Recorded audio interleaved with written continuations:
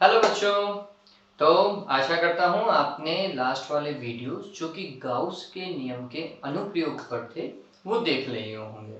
और बच्चों बहुत इंपॉर्टेंट है, मोस्टली सीबीएसई और आरबीएसई दोनों एग्जाम्स में पूछे भी जाते हैं। अनुप्रयोग बहुत ज़्यादा इंपॉर्टेंट है। अब जो अपन नेक्स्ट पार्ट पढ़ने जा रहे हैं वो सीबीएसई में लिखा हुआ नहीं है कि ये टॉपिक है, लेकिन आरबीएसई में अपने पास में ये टॉपिक है। हाँ, क्वेश्चन जो है वो सीबीएसई में भी इस टॉपिक के ऊपर आ जाते हैं। टॉपिक है हमारे पास में आवेशित चालक की सतह पर बल। हाँ, वीडियो चालू करने से पहले अभी तक अगर आपने चैनल को सब्सक्राइब नहीं किया है प्लीज सब्सक्राइब कर दीजिए। वीडियो अच्छा लगे तो लाइक भी कीजिए। कुछ नहीं समझ में आता है फिजिक्स में या फिर कहते हैं कि मैथमेटिक्स में आपको कुछ नहीं समझ में आ रहा है तो आप कमेंट सेक्शन में जा करके वो पर्टिकुलर क्वेश्चन भी लिख सकते हैं, या फिर जो आपको शुरुआत में वीडियो की शुरुआत में व्हाट्सएप नंबर दिया हुआ है आप व्हाट्सएप नंबर पे हमें मैसेज भी कर सकते हैं। हम जितना हो सके उतना जल्दी आपको रिप्लाई करने की कोशिश करेंगे। चलो तो चालू करते हैं नेक्स्ट वीडियो, दैट इज आवेशित चालक की सतह पर बल। देखिए आवेशित चालक की सतह पर बल कैसा, तो हम पहले तो चालक बोल रहे हैं फिर चालक को आवेश दे रहे हैं। चालक को जब आप आवेश देते हो बच्चों तो आवेश जाता कहाँ पर है, उसकी सतह पर जाता है, उसके अंदर नहीं जाता, ये हमें पता है। ठीक, तो हमने सबसे पहले तो एक अज्यूम कर रहे हैं बच्चों, देखो कि लेट सपोज करो कि ये हमारे पास में शायद कोई चालक है। मैं सुविधा के दृष्टिकोण से इसे गोले जैसा ले रहा हूँ, गोला ही मान लीजिएगा। तो हमने बोला कि ये आवेशित चालक है तो सारा आवेश कहाँ पर होगा, इसकी सतह पर होगा, और एक ही प्रकृति का होगा, या तो प्लस का होगा या माइनस का होगा। ठीक है, तो क्या होगा बच्चों, एक प्लस का आवेश दूसरे प्लस के आवेश को प्रतिकर्षित करता है, ऐसे ही एक माइनस का आवेश दूसरे माइनस के आवेश को क्या करता है, प्रतिकर्षित करता है। ठीक, हमने बोला कि जब इसके ऊपर हम आवेश देख रहे थे ना बच्चों, मैं प्लस का मान लेता हूँ अभी,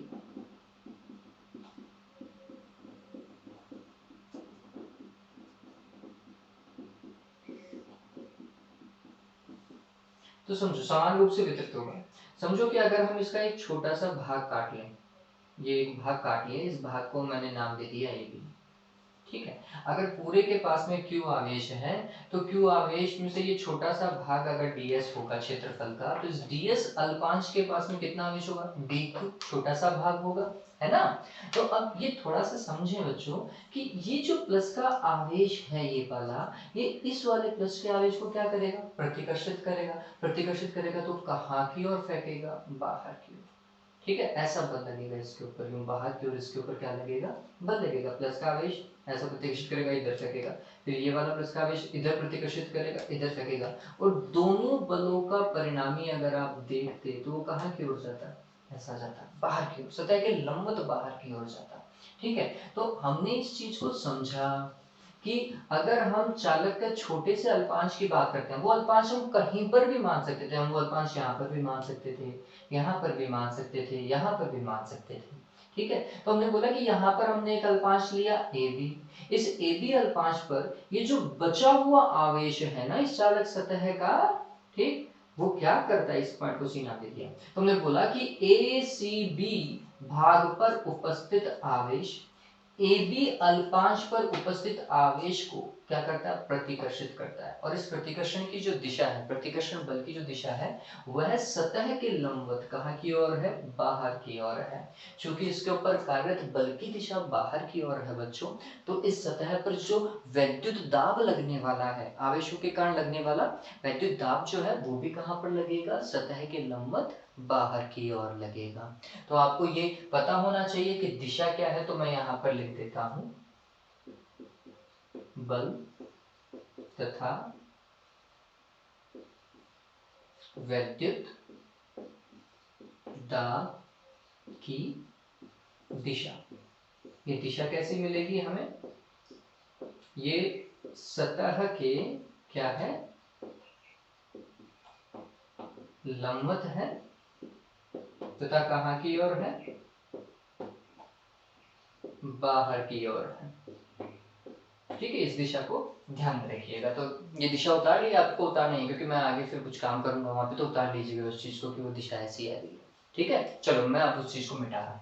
अब हमें ये ज्ञात करना है कि इसके ऊपर बल कितना लगेगा और दाब कितना होगा, वैद्युत दाब कितना होगा, ये दो चीजें हमें डेरिवेशन में ज्ञात करनी है। तो बच्चों देखो ये डेरिवेशन कुछ ऐसी है जो बच्चों को नॉर्मली क्या कर देती है, कंफ्यूज कर देती है। तो मैं आपको तरीका बताता हूँ कि हमें क्या क्या दिमाग में रखना है। तो हमने बोला कि दाब निकालना है, दाब P, P is equals to क्या होता है, तो हम इस चीज को समझते हैं। P इज इक्वल्स टू एक तो F अपॉन A होता है, ठीक है, क्लियर है ये बात। चलिए फिर F, हमें F चाहिए, तो विद्युत क्षेत्र में F बराबर क्या होता है बच्चों, Q इंटू E होता है, ठीक है। अब हमें कौन सा क्यू चाहिए, तो आप बल किसके ऊपर देखो, किसके ऊपर बल लग रहा है, हमने बोला AB के ऊपर, तो फिर AB का आवेश लिया जाएगा। AB अल्पांश था जिसके पास में कितना आवेश है, DQ, तो यहाँ पर ये कितना लिखा जाएगा, DQ लिखा जाएगा। विद्युत क्षेत्र किसका, तो इस वाले आवेश पर बल कौन सा आवेश लगा रहा है, ये वाला ना, तो ये जो ACB भाग पर आवेश है ना, इस आवेश के कारण जितना विद्युत क्षेत्र है वो विद्युत क्षेत्र यहाँ पर लिया जाएगा। तो विद्युत क्षेत्र तो ACB आवेश के कारण उत्पन्न हो रहा था, और Q आवेश कौन सा है, AB अल्पांश वाला आवेश है, ये ध्यान में रखो, ठीक है। तो ये चीज ध्यान में रखो कि बल किसके ऊपर ज्ञात हो रहा है, AB के ऊपर ज्ञात हो रहा है, इस अल्पांश के ऊपर ज्ञात कर रहा है। कौन बल लगा रहा है, ये वाला बल लगा रहा है, ठीक है, ये चीज बल लगा रही है उसके ऊपर, ठीक है ये बात। चलिए तो अब अपन काम करते हैं, इसे सॉल्व करने के लिए हमने क्या किया, इस चालक सतह के भीतर और जस्ट बाहर दो बिंदु लिए P1 तथा P2, ये दो बिंदु हमने मान लिए। अब बच्चों ये बिंदु जो है वो दर्शाने के दृष्टिकोण से मतलब समझ में आए, इसके लिए हमने थोड़ा सा दूर लिए हैं, लेकिन ये वास्तविकता में ये दोनों बिंदु P1 के बिल्कुल सतह के पास है और P2 की सतह के बिल्कुल क्या है, पास है, ये बात ध्यान में रखिएगा, ठीक है। अब समझना इस चीज को बच्चों कि ये जो देखो P1 बिंदु सतह के अंदर है, ये वाला जो आवेश है ना AB वाला, AB के ऊपर कितना आवेश है, DQ आवेश है, कितना आवेश है, DQ। तो ये जो DQ आवेश है ये इसके ऊपर विद्युत क्षेत्र लगा रहा है इस तरफ, ठीक है, P1 बिंदु के ऊपर विद्युत क्षेत्र लगा रहा है, और इस वाले विद्युत क्षेत्र को अपन ने लिखा E1 विद्युत क्षेत्र, ठीक है। और ये जो ACB वाला जो आवेश है ना, ये बचा हुआ रिमेनिंग आवेश है ना, शेष आवेश, ये इसके ऊपर विद्युत क्षेत्र जो लगा रहा है, बल लगा रहा है, वो इस दिशा में लगा रहा है, ऐसा इस तरफ प्रतिकर्षित हो रहा था। तो ये E2 दोनों विपरीत दिशा में है, E1 और E2, ठीक है। जबकि जब अपन P2 बिंदु की बात करते हैं ना बच्चों, तो P2 को अगर आप देखोगे तो P2 पे ये प्लस का आवेश ही था, प्रतिकर्षित करेगा, तो हमने बोला कि इसके ऊपर विद्युत क्षेत्र की दिशा E1 इस तरफ है। E1 विद्युत क्षेत्र किसके कारण है, ध्यान में रखो, AB अल्पांश पर उपस्थित आवेश के कारण, मतलब DQ आवेश के कारण है। और E2 ये भी प्लस का था, ये भी प्रतिकर्षित ही करेगा, इस तरफ ही बल लगाएगा, तो हमने बोला E2 की दिशा इस तरफ है, हो गया। तो बाहर स्थित बिंदु P2 के ऊपर तो विद्युत क्षेत्र की दिशाएं दोनों समान हैं, जबकि अंदर स्थित बिंदु पर विद्युत क्षेत्र की दिशा क्या है, एक दूसरे के विपरीत है। फिर एक कॉन्सेप्ट क्या है, ये बात ध्यान में रखिए कि चालक के भीतर विद्युत क्षेत्र शून्य होता है, ठीक है। इसका मतलब P1 बिंदु जो कि चालक के कहाँ है, अंदर है, वहां पर परिणामी विद्युत क्षेत्र कितना होना चाहिए, शून्य होना चाहिए, ठीक है। चलिए तो अपन डेटा के अकॉर्डिंग काम करते हैं बच्चों, एक एक चीज लेते हैं। तो हमने यहाँ पे पहले ही प्रदर्शित कर देता हूँ मैं कि E1 विद्युत क्षेत्र किसके कारण है, तो हमने लिखा AB अल्पांश पर उपस्थित आवेश DQ के कारण विद्युत क्षेत्र है, ठीक है। और E2 क्या है बच्चों, E2 कौन से के कारण था, तो E2 है कौन से, ACB भाग पर उपस्थित आवेश के कारण, ACB भाग पर उपस्थित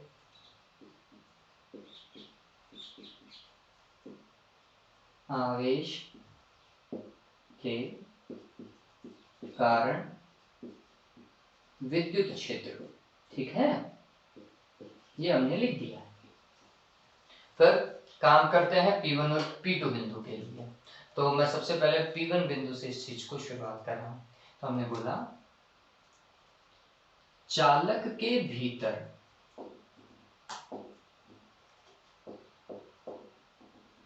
स्थित बिंदु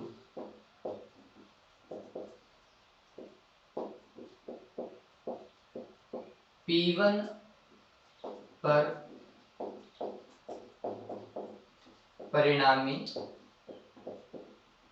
विद्युत क्षेत्र कितना होना चाहिए? 0 होना चाहिए। अतः अब देखो अब क्या लिखेंगे, तो हमने लिखा P1 बिंदु के ऊपर विद्युत क्षेत्र क्या होगा? E1 में से किसको घटा दिया जाए बच्चों? E2 को घटा दिया जाए। दोनों विद्युत क्षेत्र एक दूसरे के विपरीत है। फिर हमने ये भी लिख दिया कि चूंकि चालक के भीतर है इसलिए चालक के भीतर विद्युत क्षेत्र 0 होता है, तो परिणामी विद्युत क्षेत्र P1 बिंदु पे कितना होगा? 0 होगा, इसलिए हमने इसे 0 लिखा। 0 बराबर क्या बच्चों? E1 minus E2। इसका मतलब ये हो गया कि E1 की वैल्यू किसके बराबर आ चुकी है? E2 के बराबर आ चुकी है। ये हमारे पास में इक्वेशन नंबर फर्स्ट है। ठीक है, अब हम काम करते हैं कहाँ पर? P2 बिंदु के ऊपर काम करते हैं। तो हमने लिखा चालक, समझो चालक सतह के बाहर स्थित बिंदु P2 पर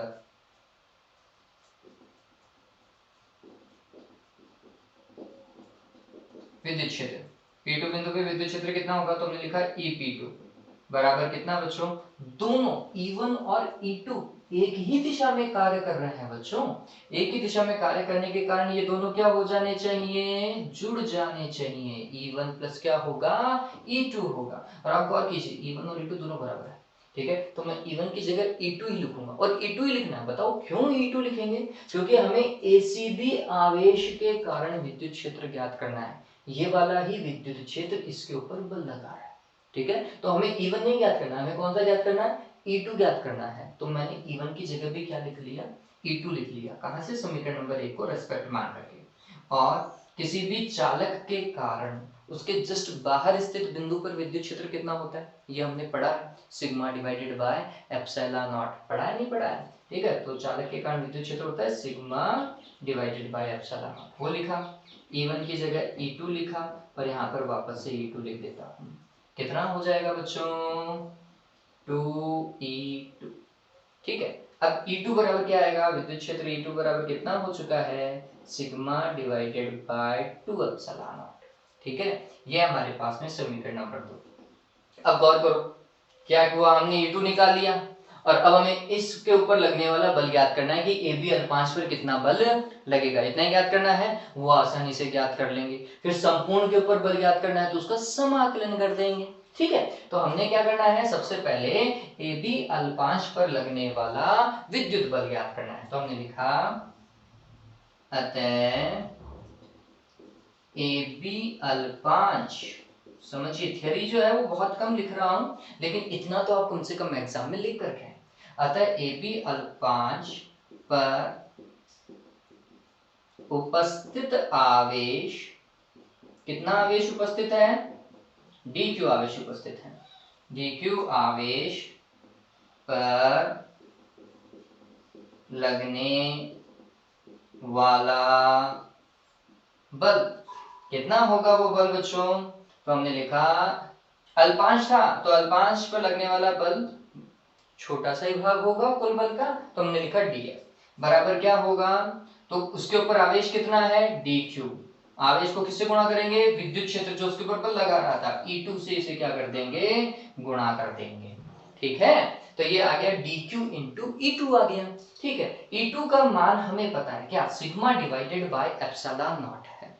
ठीक है, और DQ का मान हम ज्ञात कर सकते हैं। कहां से ज्ञात कर सकते हैं? तो वो डायग्राम मेरे हिसाब से काम पूरा हो चुका है इस डायग्राम का।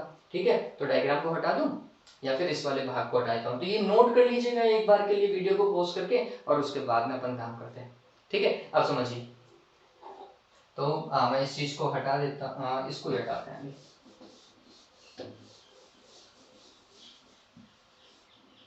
देखो, तो DQ कहां से निकालेंगे? तो हमने लिखा पृष्ठीय आवेश घनत्व से। कहां से? पृष्ठीय आवेश घनत्व से क्या होगा बच्चों, सिग्मा इज इक्वल टू क्या होना चाहिए, D Q divided by D S होना चाहिए, है ना। तो फिर D Q is equal to क्या हो सकता था, सिग्मा इंटू डी एस होगा, नहीं होगा। ठीक है, तो ये डी क्यू का मान और ई टू का मान किस में रख देंगे, समीकरण 3 में रखने पर। ठीक, इसे कहते हैं समीकरण नंबर अपन ने 4। तो समीकरण 3 में मान रखने पर, समीकरण 3 में मान रखने पर देखिए क्या होगा। तो समीकरण 3 में मान रख रहे हैं, अल्पांश ए बी पर हम बल देख रहे हैं, तो डी एफ बराबर होगा, डी क्यू की जगह तो लिख रहा हूं मैं बच्चों सिग्मा डी एस, और ए टू की जगह लिख रहे हैं sigma divided by 2 epsilon not. Sigma को सिग्मा से गुणा कर दीजिए, कितना हो जाएगा, सिग्मा स्क्वायर डिवाइडेड बाय क्या बच्चों, एप्सिलॉन नॉट इनटू क्या, ds। तो ये अल्पांश पर लगने वाला बल आ चुका है बच्चों। ये बल किसके ऊपर लग रहा है, अल्पांश के ऊपर लगने वाला बल है। अतः संपूर्ण चालक सतह पर लगने वाला विद्युत बल, अब क्या याद करेंगे, संपूर्ण चालक सतह पर लगने वाला विद्युत बल। अगर संपूर्ण चालक सतह पर याद करना है तो क्या करना पड़ेगा, देखो, तो ये फर्स्ट पार्ट था, ये सेकंड पार्ट है, और तीसरा चरण यहाँ से काम कर रहा हूँ, है ना, ऐसा उतारना है, यहाँ से उतारोगे फिर यहाँ से उतारोगे फिर यहाँ पे उतारना है। ठीक है, तो क्या होगा बच्चों, देखिए तो हमने लिखा अतः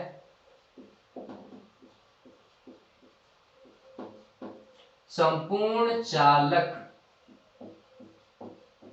सतह पर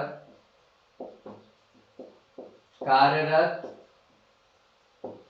विद्युत बल कितना होगा, इसका समाकलन करो, डीएफ का समाकलन करोगे तो क्या आएगा बच्चों, एफ आएगा, बराबर में कितना बच्चों, sigma square upon 2 epsilon not, और यहाँ पर हो जाएगा ds। तो sigma square upon 2 epsilon not तो कांस्टेंट है, बाहर निकल जाएगा, और समाकलन के अंदर कौन सा रह जाएगा, ds। अब ds कुछ भी हो सकता है, आपने गोला लिया है तो गोले का क्षेत्रफल लिख दीजिए, आपने घन लिया है तो घन का क्षेत्रफल लिख दीजिए, घनाभ लिया है तो घनाभ का क्षेत्रफल लिख दो। ठीक है, तो वो क्षेत्रफल पूरा का पूरा आ जाना चाहिए। तो वो डिपेंड करता है कि आकृति कैसे ली गई है ds को ज्ञात करने के लिए। ठीक है, चलिए, तो ये तो संपूर्ण बल आ चुका है, विद्युत बल, इलेक्ट्रिकल फोर्स जो है वो पूरा आ चुका है। अब इसके बाद में जो है, इसी पॉइंट को अगर हम आगे करें, हमें विद्युत दाब भी तो निकालना है बच्चों। विद्युत दाब कैसे निकालेंगे, तो हमने लिखा चालक के एकांक क्षेत्रफल पर लगने वाला बल, वही तो विद्युत दाब होता है। तो हमने लिखा विद्युत दाब या फिर विद्युत दाब क्या होगा, चालक के एकांक क्षेत्रफल पर कार्यरत विद्युत बल, ये विद्युत दाब कहलाएगा। ठीक है, तो जो बल है उसमें किसका भाग लगा दो, क्षेत्रफल का भाग लगा दो, तो कुल बल में कुल क्षेत्रफल का लगाओ, या बल का अल्पांश लो तो उसमें क्षेत्रफल का अल्पांश का भाग लगाओ। तो हमने लिखा dF डिवाइडेड बाय ds, ये होगा विद्युत दाब। ठीक है, P इलेक्ट्रिकल जिसे हम कह सकते हैं, वो कितना होगा बच्चों, dF में ds का भाग लगाओ, कितना हो जाएगा, sigma square divided by 2 epsilon not, पता चल गया। चलिए, अब इसे और भी लिख सकते हैं, sigma square upon 2 epsilon not को कितना लिख सकते हैं वो भी समझ लीजिए, आप चाहें तो उसे चेंज भी कर सकते हैं। तो हमने लिखा, हम जानते हैं क्या भाई, विद्युत क्षेत्र E बराबर कितना होता है चालक के कारण, सिग्मा अपॉन एप्सिलॉन नॉट। तो सिग्मा की वैल्यू कितनी हो गई, एप्सिलॉन नॉट इनटू E, लिख सकते हैं, तो हमने वो लिख दिया है बच्चों। तो इसको मैं और क्या लिख सकता हूँ, एप्सिलॉन नॉट का स्क्वायर और E का स्क्वायर। ठीक है, और यहाँ पे नीचे क्या हो रहा है, 2 एप्सिलॉन नॉट, तो एप्सिलॉन नॉट से एप्सिलॉन नॉट कैंसिल। तो इसका एक और मान क्या हो सकता है, 1/2 एप्सिलॉन नॉट E स्क्वायर, ये भी क्या है बच्चों, विद्युत दाब ही है, P इलेक्ट्रिकल। ठीक है, ये वाली वैल्यू आप यहाँ पर भी रख सकते हैं। ठीक है, तो ये इस तरीके से क्या निकाला जाएगा, विद्युत दाब और विद्युत बल निकाला जाएगा। तो ये पॉइंट इतना ही था। अब हम इसके आगे नेक्स्ट पॉइंट को देखते हैं।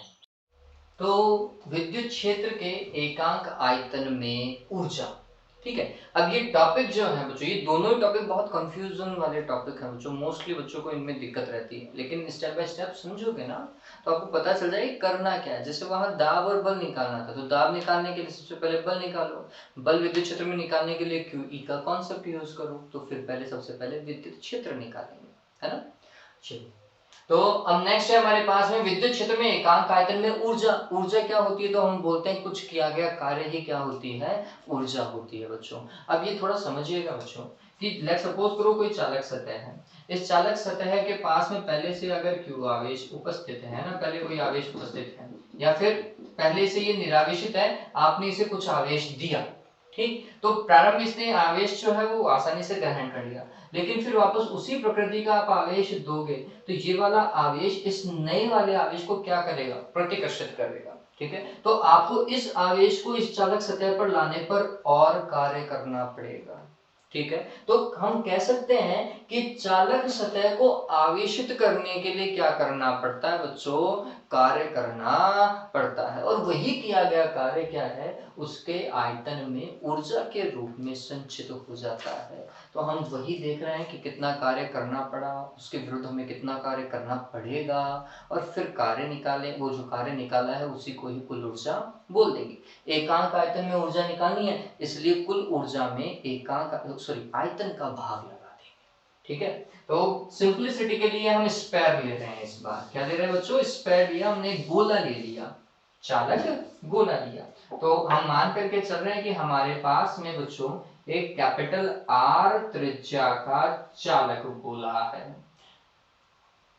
जिसे आवेश दिया जा रहा था, ठीक है। सॉरी, कैपिटल R नहीं, स्मॉल r मान लेते हैं। तो स्मॉल r त्रिज्या का चालक गोला है जिसे आवेश दिया जा रहा था, और हम क्या कर रहे हैं, वो जो वैद्युत बल है ना, जो बाहर की ओर लग रहा है, आवेशित है तो वैद्युत बल बाहर की ओर लगेगा, इस वैद्युत बल के विपरीत बल लगा करके इसे संपीड़ित करने का प्रयास कर रहे हैं। तो हमने उसे कितना संपीड़ित कर दिया, तो आंसर हमने उसे dr संपीड़ित कर दिया है, ठीक। और अब इसकी जो नई त्रिज्या बन चुकी है, वो नई त्रिज्या बच्चों r माइनस dr है, ठीक है। और ये बात ध्यान में रखना है, किसी भी चालक के भीतर विद्युत क्षेत्र कितना होता है, 0 होता है, ये तो है। चलिए, तो हम सबसे पहले दाब देखते हैं, दाब से स्टार्ट करते हैं यहाँ पर और फिर कार्य पर आएंगे, ठीक। दाब से पहले बल निकालेंगे और बल से फिर हम क्या निकालेंगे, कार्य निकालेंगे। तो हमने लिखा हमें ज्ञात है, हमें ज्ञात है कि चालक सतह पर विद्युत दाब कितना होगा, तो हमने लिखा P इलेक्ट्रिकल या फिर P बराबर कितना होता है बच्चों, हम डिस्कस कर चुके हैं, sigma square divided by 2 epsilon not. Last point जो था वो हमने यही डिस्कस किया था, कितना, sigma square upon 2 epsilon not था, ठीक है। फिर दाब बराबर क्या होता है, बल बटा क्षेत्रफल होता है, तो हमने लिखा इसे F डिवाइडेड बाय A, ठीक, बराबर में क्या बच्चों, sigma square divided by 2 epsilon not. तो इसका मतलब ये हो गया कि F बराबर हो जाएगा sigma square upon 2 epsilon not into A, ठीक है। क्षेत्रफल है A, ये बात ध्यान में रखिएगा, एरिया है। और गोले का हमने सुविधा के दृष्टिकोण से क्या लिया, गोला लिया, ठीक, और गोले का क्षेत्रफल आपको पता होना चाहिए, तो हमने लिखा ये हो जाएगा sigma square upon 2 epsilon not into 4 pi small r square, ठीक है। इतना विद्युत बल जो है वो कहां की ओर लग रहा है, बाहर की ओर लग रहा है, और हम इसे संपीड़ित करने के लिए क्या कर रहे हैं, कार्य कर रहे हैं। तो हमने लिखा गोले को संपीड़ित करने में किया गया कार्य, या फिर उसके विद्युत क्षेत्र के आयतन में वृद्धि करने में किया गया कार्य, ठीक है, जैसा भी हम लिखना चाहें। हमने लिखा अभी तो dr स्थापित कर रहे थे, तो हमने बोला कि dr के कारण किया गया कार्य dw मान लीजिए, और ये कितना होगा बच्चों, F dr होगा, ठीक। फिर क्या होगा भाई, तो F कितना, sigma square upon 2 epsilon not और यहाँ पर आ रहा है 4 पाई आर स्क्वायर और ये डी आर। ज्यादा होशियार मत बन जाना, पता चले तुम 2 से यहाँ पे काटना चालू कर दो, ठीक है, इतना होशियार नहीं बनना है। ठीक, तो ये 4 पाई आर स्क्वायर डी आर आ गया। चलो अब इस चीज को समझते हैं। तो ये तो किया गया कार्य था, ठीक है, डी आर विस्थापित करने में किया गया कार्य। अतः किया गया कुल कार्य क्या होगा, तो आपको इसका क्या करना पड़ेगा, समाकलन करना पड़ेगा। ये चीज है क्या बच्चों, वो समझ लो। तो अगर मैं इसका पूरे का समाकलन करता ना बच्चों, 4 पाई आर स्क्वायर और डी आर, और मैं इसका अगर समाकलन करता हूँ बच्चों, तो 4 पाई तो बाहर निकलता है, ठीक है, और ये समाकलन के दायरे के अंदर आर स्क्वायर डी आर का था। इस आर स्क्वायर डी आर को सॉल्व करो बच्चों। आर की घात कितनी, 2 है, समाकलन में एक घात बढ़ जाती है और उतनी ही घात का भाग लग जाता है, तो 2 + 1 का भाग भी लग जाएगा। बाहर क्या चल रहा था, 4 पाई चल रहा था, तो ये हो जाएगा 4 पाई, आर की घात कितना हो गया, 3, और ये 3 का यहाँ पर भाग लग गया। देखो भाई कितना हो गया, 4/3 पाई आर क्यूब हो गया क्या। 4/3 पाई आर क्यूब क्या होता है, आयतन, ठीक है। तो इसका समाकलन करने पर हमें आयतन v प्राप्त हो रहा है। तो इसका मतलब ये वास्तविकता में क्या था, आयतन में परिवर्तन, क्योंकि आयतन में परिवर्तन का ही समाकलन करोगे तो क्या आएगा बच्चों, आयतन आएगा। तो हम इस चीज को नेक्स्ट स्टेप में क्या लिख सकते हैं, dv लिख सकते हैं, ठीक है। तो हमने वही कार्य किया, dw बराबर होगा sigma square upon 2 epsilon not into dv। बात समझ में आ गई, इतना ही था। चलिए अब किया गया कुल कार्य ही क्या होगा, संचित ऊर्जा में व्यक्त किया जाएगा। तो हमने लिखा कि गोले को संपीड़ित करने में किया गया कार्य ही उस गोले के विद्युत क्षेत्र के एकांक का, सॉरी, उस गोले के आयतन में संचित ऊर्जा के तुल्य होगा, ठीक है। तो किया गया कुल कार्य बराबर संचित ऊर्जा, तो संचित